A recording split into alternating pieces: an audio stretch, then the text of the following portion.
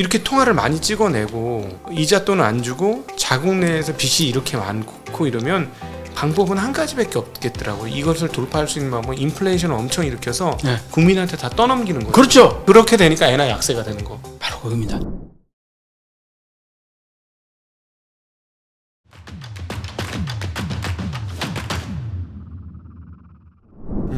사실은 엔화 약세를 했던 것은 아베의 세 가지 화살 네. 정책 중에 하나였고, 그렇죠, 그렇죠. 그러면서 이제 사실 그 끝단에 임금을 올려주는 걸 통해서 이 네. 엔화 약세를 네. 기업 실적 향상으로 넘기고 기업 실적 향상을 개인들의 주머니를 높여주는 월급을 높여줘서 다시 선순환시키고자 했던 게 아베의 세 가지 화살의 중요한 정책 아니겠습니까? 그렇죠, 그렇죠. 네. 근데 지금 앞서 그 언급을 하시기는 네. 월급이 잘 안 올라간다. 네. 이렇게 말씀하셨어요. 월급 전혀 안 올라가죠. 전혀 안 올라갑니까? 최근에 조금 올랐죠. 네. 조금 올랐는데 그게 뭐 그다지 대기업의 네. 재무 동향인데 보시면은 여기 청색이요. 네. 2000년도 수치고요. 빨간색 빨간 막대 그래프가 2020년도 거예요. 네. 보시면은 현 예금을 2000년도에는 48.8조 엔이었다면은 이게 한 85.1% 증가해가지고 90.4조 엔으로 늘었어요. 네. 기업이 가지고 있는 돈이. 인건비가 올랐습니까? 똑같네요. 네. 0.2% 떨어졌어요. 네. 0.4% 떨어졌어요. 예. 0.2조 엔이 떨어졌잖아요. 그죠? 근데 경상이익은 보시면은 91%가 성장했어요. 예. 설비 투자 오히려 떨어졌어요. 네. 네. 배당금 보세요. 배당금은 많이 주죠. 네. 배당금은 483%나 네. 증가했어요. 예, 예. 2000년보다. 그게 뭘 말하냐니까 기업들이 이거 배당금은 많이 줘가지고 어쨌든 해외 자금을 좀 유입을 노리는 거죠. 네. 그래야 주식이 팔리니까. 배당금 뭐 안 주면 주식 팔리겠어요. 네네. 그러니까 이제 이거는 많이 주는데 압도적인 게 내부 유보 한번 보세요. 내부 유보금이 175%는 늘었는데 154.1조 엔이 네. 늘은 게. 예, 네. 늘은 게. 그러니까 이 대기업이 이렇게 내부 유보금을 많이 가지고 있으면서도 인건비를 안 올린다는 거예요. 그러네요. 그래, 돈은 자기네는 돈은 벌었는데. 자기는 돈을 버는데 아베가 뭐라 그랬습니까? 네. 엔저를 해주면은 네. 대기업이 설비 투자를 많이 해서 수출을 많이 해서 돈을 많이 벌어오면은 그게 낙수 효과로 네. 노동자들에게 임금이 올라가고 그러면 그게 이제 수요가 이제 많아지니까 네. 공장이 이제 물품이 잘 팔리고 네. 그러면 또 기업 이익이 올라가고 이렇게 선순환을 꿈꿨는데 이거 보세요. 유보금을 가지고 노동자들에게 돈을 안 주니까 예. 수요가 창출이 안 되는 거예요. 그러니까는 사실은 이 단추가 잘 꿰어지면 네. 즉 돈을 N저로 인해서 기업들이 수출도 더 잘하고 돈을 잘 벌어서 노동자들한테 돈을 많이 주고 뭐 이래 버리면 사실은 그 소위 말하는 우상향하는 그렇죠, 그렇죠. 순환고리가 연결이 되면서 네, 네. 일본 경기가 활성화되고 네. 그럼 또 일본이 상당히 그 선진국으로서 힘을 발휘할 수 있는 상황이 네. 되는데 네. 임금에서 끊긴 거네요. 그렇죠. 이 자료를 보면은 네, 네. 2020년까지는 도대체 월급을 안 준다. 그리고 만약에 최근에 인건비가 늘었다고 해도 따지고 보면 일본 엔화 약세가 한 50% 정도 나타났으니까 한 20% 인건비 증가시켜 준다고 사실 국제적으로 보면은 늘은 것도 아닌 거잖아요. 늘은 것도 아니잖아요. 예. 이중으로 지금 고통스러운 게 물가는 3, 4% 올랐다 치면은 네. 임금은 내가 평균 보니까 2.1 정도 올랐더라고요. 최근에. 네, 최근에 네. 대기업 빼고 네. 대기업은 유니클로 같은 경우는 40% 올렸어요. 예, 굉장히 많이 올리죠. 엄청나게 올렸잖아요. 예. 그거는 당연하죠. 유니클로는 직원들이 전 세계에 있으니까 외국인들에게 돈을 있군요. 달러로 주면은 그걸 이제 엔화로 환산하면은 일본의 국내에 있는 엔화 돈 받는 사람들은 40% 올라가는 거예요. 그래봐야 본전이네요. 그래봐야 본전인 거예요. 네, 달러로 바꾸면 본전인 거예요. 그렇죠. 그렇죠. 달러로 바꾸면 본전. 달러로 바꾸면 본전인 거예요. 그러니까 유니클로 입장에서는 이게 국내 기업이 아니고 전 세계 기업이다 보니까 전 세계의 유능한 인재를 확보하기 위해 가지고는 그만큼 돈을 줘야 될 거 아니에요. 네네네. 엔화가 떨어졌다고 엔화 환산해가지고 그 돈 줬다가는 완전히 봉급이 가라앉으니까. 네네. 그러니까 그렇게 달러로 환산해서 주니까 국내 직원들에게는 40% 올라간 효과 나는 거예요. 그게 그렇게 숨어 있군요. 저 그래서 유니클로는 40%나 임금을 올렸어? 막 이랬는데 달러로 환산하면 별게 아니군요. 별로가 아니죠. 이게 네. 보면 볼수록 진짜 웃겨요. 지금 일본에 지금 벌어지고 있는 일들이. 그러네요. 엔화가 100엔, 105엔 하던 게 147엔, 150엔까지 막 1, 2년 사이에 순식간에 떨어졌잖아요. 그렇죠. 이게 돌아가면 모르겠는데 안 돌아가요. 그러니까요. 지금 계속 안 돌아간다고 하시는데 네. 많은 경제 전문가 그동안에 경험을 했던 사람들은 네. 에이 설마 예, 그러니까 다들 그렇게 하죠. 돌아가겠지. 네, 돌아가겠지. 돌아가겠지 하는데 지금 안 돌아간다. 안 돌아간다는 건 일단 첫 번째로는 일본은행이 돈을 너무 많이 찍어냈다. 네. 예, 돈을 너무 많이 찍어냈죠. 돈을 너무 많이 찍어냈고. 그 다음에 아까 얼핏 얘기했었죠. 어떤 이제 전 세계적으로 어떤 뭐 전쟁이 난다든가 뭐 어려움 발생하면은 네. 달러가 팍 뭐 문제가 생기면 엔화로 그렇죠. 뭐 사서 뭐 안전자산 선언. 안전자산. 네. 지금 일본 기업 일본 전체 국력이 쇠퇴하면서 네. 이 소위 말하는 생산성이 저하하면서 네. 일본 전체에 이게 힘이 옛날 같지가 않다는 걸 전 세계가 다 아는 거예요. 사실 저도 냉정하게 따져 보면은요. 네. 이렇게 통화를 많이 찍어내고 이자 돈을 안 주고 자국 내에서 빚이 이렇게 많고 이러면 방법은 한 가지밖에 없겠더라고요. 이것을 돌파할 수 있는 방법은 인플레이션을 엄청 일으켜서 네. 국민한테 다 떠넘기는 거죠. 그렇죠. 예. 이거 외에는 안 그러면 그렇게 되니까 엔화 약세가 되는 거. 바로 그겁니다. 예. 와, 나는 공부하다가 놀란 게 그 부분이 그걸 깨달으면서 네. 소름이 돋았어요. 예. 일본 정부는 엔고로 가고 싶은 마음이 추워도 없다는 거. 이거 정확히 아셔야 돼요. 우리 시청자분들. 정부가 엔고로 돌리고 싶은 마음이 없어요. 그렇기 때문에 안 올라가는 거예요. 잠깐 여기까지 온 거 아니고 잠깐만 150엔 온 거 아니고 다시 100엔으로 갈 거 아니고. 그게 아니에요. 그게 아니니까. 그래서 제가 일본 엔화가 네. 엔고 될 가능성이 별로 없다고 보는 이유예요. 제가 뭐 이걸 한번 보실까요? 네. 여기 보시면은 네, 올 한 해만 봐도 연초에 127 뭐 이러다가요. 쭉 떨어지다가 다시 잠깐 고개 꺾였죠. 네. 다시 이렇게 내려오다가 꺾였죠. 다시 내려오잖아요. 네. 여기 꺾이는 게 뭐겠어요? 일본은행이 달러로 엔화를 샀기 때문에 그런 거예요. 예, 네네네네. 그렇죠. 계속 개입하는 거죠. 개입하는 거죠. 네네. 일본은행이 개입한 거예요. 예. 근데 요 돈이 엄청나답니다. 적은 게 아니에요. 예. 요거 내가 다 보니까 한 600억 달러 정도 썼다고 그러더라고요. 네. 두 번이 걸쳤는지 한 번인지 모르죠. 네. 요때가 600억인지 모르겠는데 600억 달러면 적은 돈이 아니잖아요. 그렇죠. 어마어마한 돈이에요, 그거. 네. 돈 벌려면 600억 달러 돈 벌려면 일본의 그 관광객들 1년 내내 와봐야 600억 달러 안 됩니다. 네. 그 한순간에 그냥 600억 날리는 거예요, 이게. 네. 그런데 어떻습니까? 잠시 멈췄다가 바로 또. 네. 그래서요, 지금 일본은행에서 이걸 앞으로 계속 할 수 있느냐 이거예요. 2천억 달러 정도가 있답니다. 보유하고 있는 게, 쓸 수 있는 게. 네. 탄원이 소위 말해서. 네네. 그런데 그거 순식간에 날아갈 거예요. 네, 그렇죠. 올해 600조 썼으면 뭐 그럼 벌써 3분의 1을 아니 4분의 1 600억 달러 정도 써버렸으면 네네. 그러니까 3분의 1은 날아갔다는 얘기잖아요. 네. 근데 일본이 달러를 가지고 있는 게 1조 3천억 가까이 네. 가지고 있다는데 네. 2천억 달러 정도가 현금성 달러로 네, 바로바로 쓸 수 있는 거고 나머지는 네. 미국 국채라는 국채. 거예요. 그러겠죠. 그 국채를 만약에 이걸 하기 위해서 국채를 팔잖아요. 네. 그럼 어떻게 됩니까? 일본 미국 뭐 달러 금리가 올라가요. 예, 금리도 올라가죠.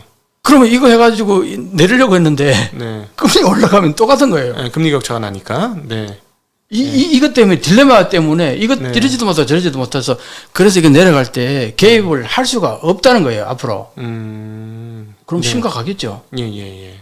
쓸 수 있는 통화의 양이 점점 줄고. 점점 줄고. 예.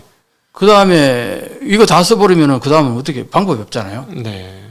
그리고 실제로 이 헤지 펀드들이 이걸 이제 노릴 거 아닙니까? 그러겠죠. 저희가 보기에는 바로 고점입니다. 요즘을 노리는데 네. 일본 정부가 일본 은행이 블라핑을 해요. 너희들 계속 내려갈 줄 알고 돈 사면은 우리가 이렇게 하면 손해 볼 거야. 네. 블라핑 하는데 조금 지나 보니까 블라핑이 그냥 블라핑이더라 이거 알게 되는 거 이제 몇 번의 경험을 통해서. 제가 사실은 일본 엔화 약세를 자꾸 여쭤보는 게 그 느낌 때문에 그렇습니다. 네, 요거 때문이지요. 그 현장에 있어 보니까 그렇죠. 그런 느낌이 있어요. 그러니까요. 예. 이제 오늘 제 이제 말씀으로 이거 확고한 겁니다. 네네. 그래서 앞으로 이게 이 그래프의 이 트렌드는 계속 이렇게 될 거예요. 예. 방법이 이게 올라갈 그 뭐가 소재가 있어야 되는데 없어요. 뭐 수출이 굉장히 잘 돼가지고. 아, 그렇죠, 그렇죠. 네, 일본에 뭐 많이 제품이 갑자기 막 잘 팔려가지고 네. 수출이 막 어마어마한 흑자로 돌아가면 완전히 얘기는 달라지죠. 네네. 근데 아까도 얘기했듯이 전혀 그럴 낌새가 없다는 겁니다. 도요타 자동차 같은 경우는 앞으로 차 잘 팔 것 같은데. 아유, 그것도 뭐 한계가 있죠. 사실은 도요타 지금 지난번에 그 반도체 구입을 잘 못해가지고 네. 60만 대인가를 생산을 못했잖아요. 아, 그렇군요.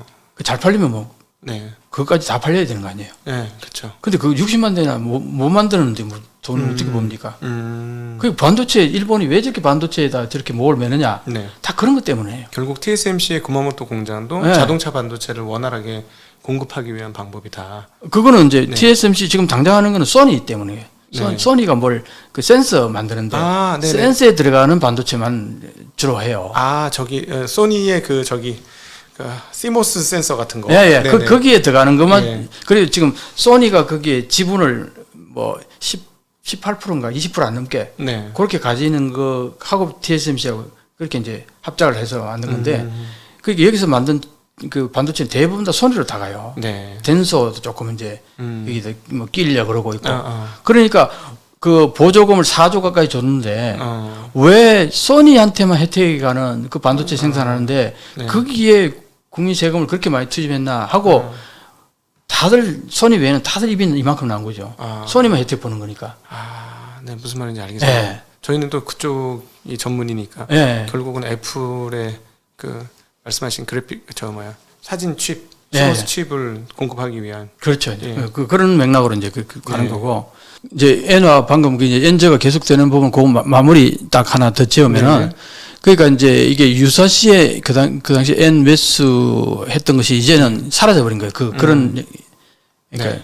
준 기축통화라 뭐 그런 얘기 했었다니. 그렇죠. 예. 지금 준 기축통화로서의 역할을 거의 상실했다고 하는 거예요. 사실은 얼마 전까지만 해도 준 기축 통화였죠. 그러니까 예. 지금은 그러니까 원래 이렇게 이제 N제가 확 내려오는 거 보면서 이제 다 알게 된 거예요. 만약 여기서 이제 뭐 120엔, 네. 130엔 언더로 떨어져서 다시 그 안에서 옛날처럼 놀지 못하고 50엔 밖으로 떨어져서 여기서 계속 헤매어 버린다면 정말 기축으로서 상당히 많은 데미지를 입는 것 네. 같습니다. 진짜. 전문가들은 대체로 이미 일본은 준기축통화로서의 기능을 상실했다고 얘기를 합니다. 아, 그게 지금 말씀하신 전문가들 일본 전문가들. 네, 일본 전문가들이에요. 네. 일본 전문가들입니다.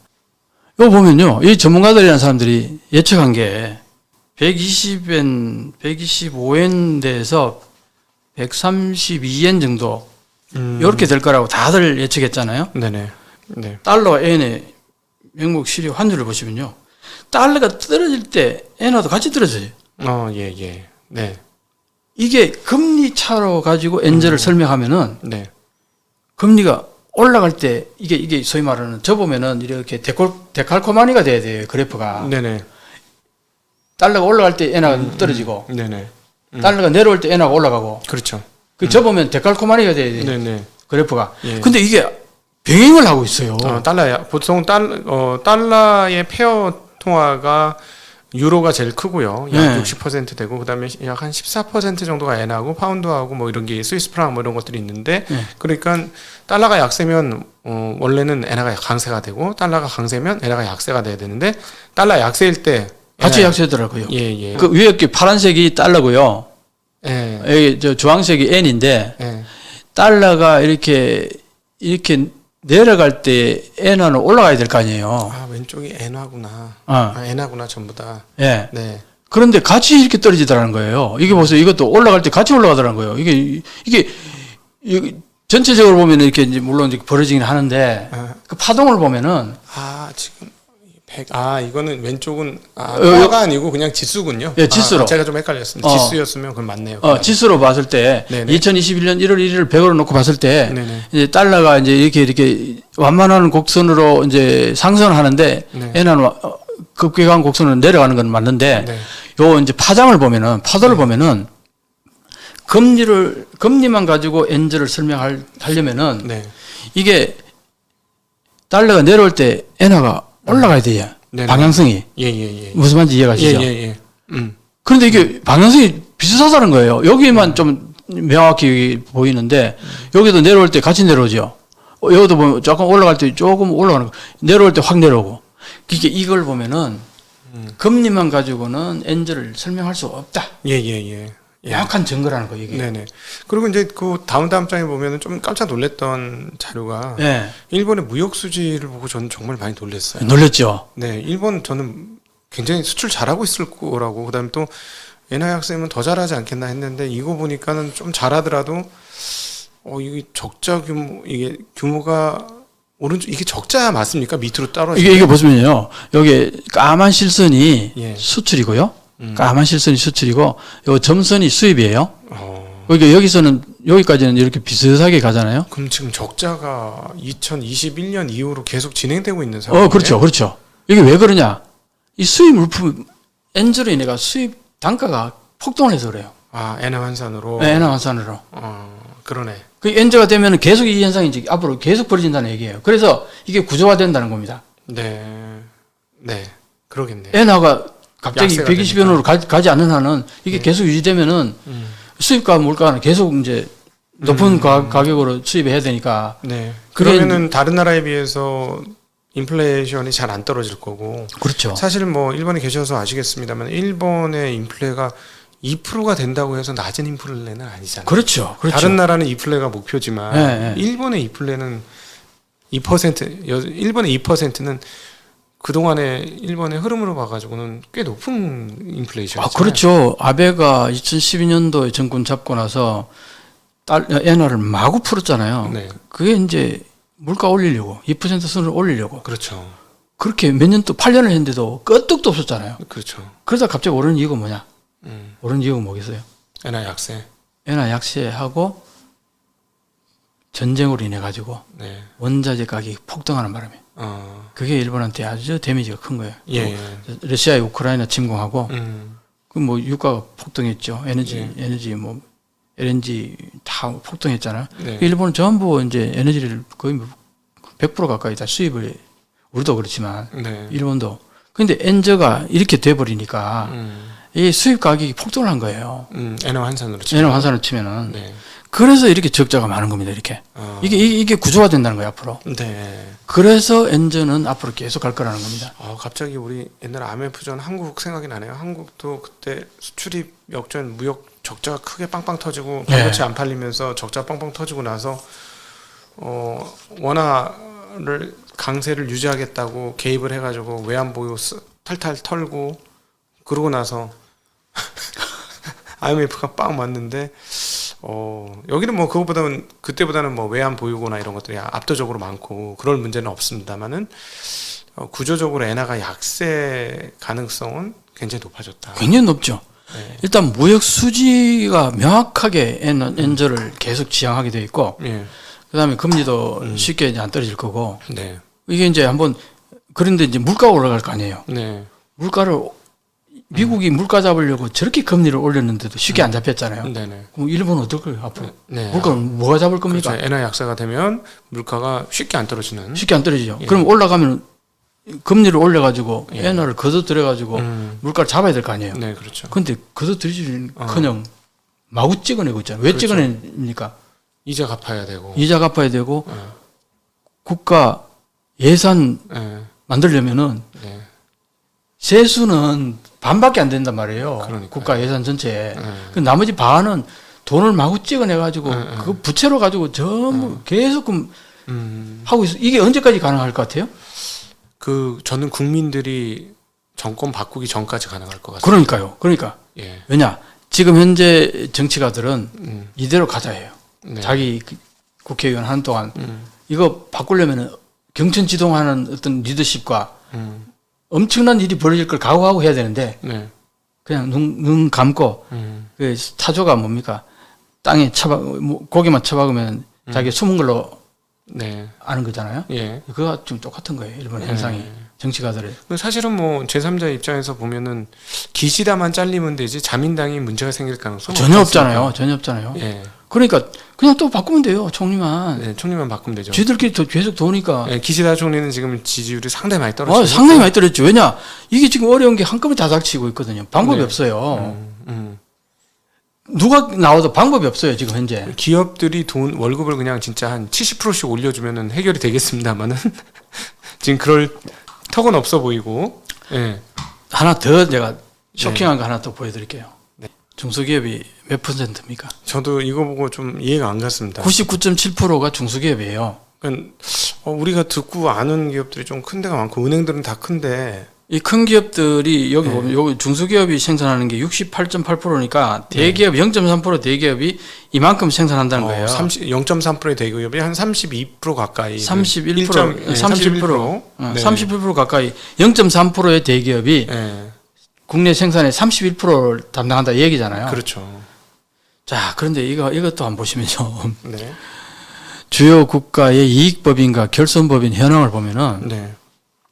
결손법인이라는 게 이게 이제 한마디로 말해서 적자 하는 기업이잖아요. 그렇죠. 몇 %입니까? 72%예요. 적자 보는 기업이. 네. 미국, 영국, 독일, 한국이 보면은 46, 48, 독일이 조금 넘네요. 56%. 한국도 46%. 네. 이게 이제 조금 한 몇 년 된 자료이긴 합니다만 네네. 이게 한번 보세요. 72%나 되는 중소기업이 네. 적자라는 거예요. 그렇죠. 여기서 임금을 어떻게 올려줍니까?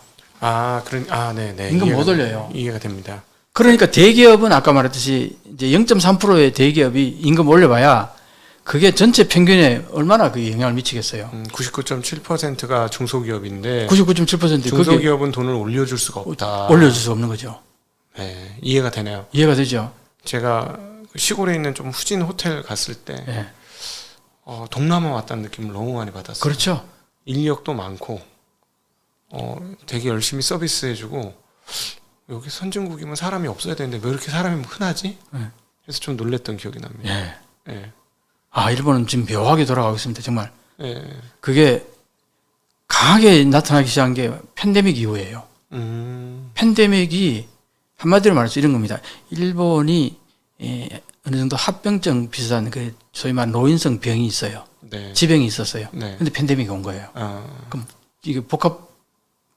복합증으로 잘못하면 가는 경우 많았잖아요. 네. 한국은 그런 건 없었어요. 그런 지병은 없었어요. 네. 좀 어디 다치고 뭐 부러지고 뭐 이런 건 있었을지 몰라도. 음. 그러니까 팬데믹을 잘 넘겼다고요. 네네. 그러니까 우리는 사실 지금 한국이 어려운 건 수출 때문에 그렇잖아요. 그렇죠. 전 세계 이게 수출 그 소위 말 서플라이 체인이 막 망가지고 네. 뒤틀리고 막 혼란스러워지고 여기에서 우리가 어려워지는 거거든요. 특히 예. 중국이 더 그렇고. 네. 중국이 왜 그러냐 하면은 미국과의 관계 때문에 그렇고. 네. 그게 또 이제 러시아가 우크라이나 침공하는 바람에 왜곡이 현상이 벌어지고. 네네. 이런 것 때문에 우리는 수출에 민감하잖아요. 예. 근데 일본은 그런 게 아니라는 거죠. 내부에 안고 있는 문제가 심각한 거예요. 구조, 그 소위 말하는 펀디멘탈이 심각하다는 거예요. 네. 그럼 우리하고 다르다는 거예요. 네. 그래서 내가 왜 일본이 저런 거 한국이 곧 따라간다 이런 얘기 하는데 나는 절대 동의를 못하는 이유가 거기에 있는 거예요. 일본은 아까 말했듯이 팬데믹에서 합병증의 그 정세를 보이는 거고 한국은 그게 아니다는 거예요. 어려워도 병이 생겨도 그것도 치료하면은 또 금방 낫고 지금 현재 심각한 병이 있어도 그것도 치료하면 금방 낫는데 일본은 거의 합병증 수준이다. 그 차이를 분명히 얘기하고 싶은 거예요. 또 혹시 끝으로 얘기해 주시고 싶은 게 있으시다면? 네. 그래서 이제 제가 이제 여기서 일본에 대해서 이런 얘기를 하면은 일본을 폄하하기 위해서 아니면 비난하기 위해서 하는 얘기가 아니에요. 네. 일본에 대해서 그나마 좀 알고 또 옛날에 유학할 때 엄청난 혜택도 받고 일본에서 그때 엄청 좋았던 일본이 왜 지금 이러고 있느냐. 네. 안타까운 마음도 없잖아요. 있고 또 우리 이웃 국가이기도 하고 또 일본이 잘못됐을 경우에 우리한테도 분명히 영향이 있어요. 경제적으로. 네. 그러니까 이제 정확하게 팩트를 보자. 그런 차원에서 제가 설명하는 거잖아요. 네. 그런데 이제 댓글들에 뭐 일본 망하는 거 그거 신경 쓸 게 아니라 우리 망하는 것부터 신경 써야 된다 이런 얘기를 다 하는데 그건 또 한국 얘기할 때 하면 되잖아요. 네네. 오늘은 일본 얘기한 거니까 일본에 네. 대해서만 얘기한 거니까 그런 댓글은 좀 참고해 주시고 네. 일본이 어떠냐에 집중해서 오늘 영상을 봐주셨으면 고맙겠습니다. 네.